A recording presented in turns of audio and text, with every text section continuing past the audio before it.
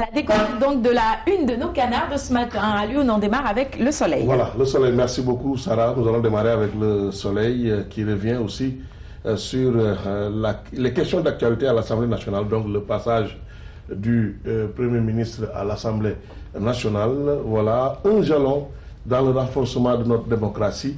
Mais aussi, le soleil parle d'insécurité et délinquance. Le président de la République, Macky Sall, insiste sur l'impératif de préserver la tranquillité publique, nous dit le quotidien Le Soleil. Après le Soleil, la Tribune revient aussi sur le premier grand oral du gouvernement. Le Premier ministre cogne Jaber, recadre Khalifa Sall et tacle Abdoulaye Wade, écrit le journal La Tribune. Après la Tribune, l'Observateur.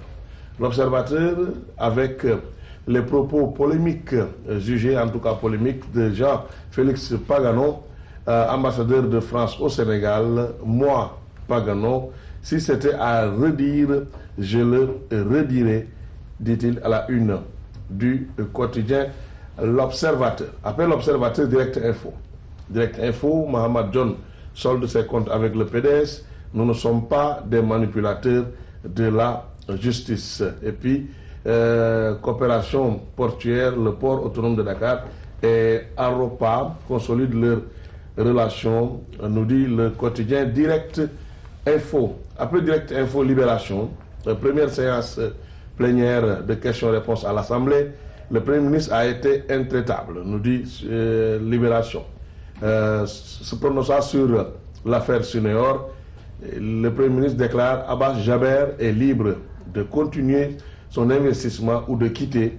Concernant l'emprunt obligataire, ce n'est point un dossier politique, mais plutôt technique. Et puis, affaire Pagano, vous n'entendrez pas le gouvernement sur cette question, peut-on lire à la une de Libération.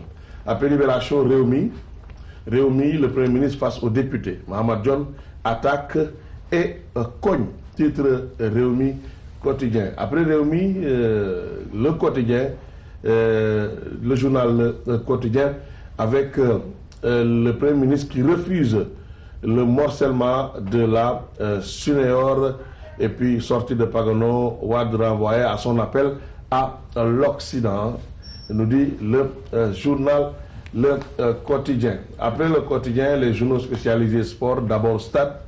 Mamadou Niang, ancien capitaine des Lions, déclare à la une du quotidien Stade, laissez Aliou Cissé travailler sereinement, et puis les Lionceaux y croient fermement pour parler de la qualification en demi-finale pour ce CHAN des moins de 20 ans. À lire à la une du quotidien Stade.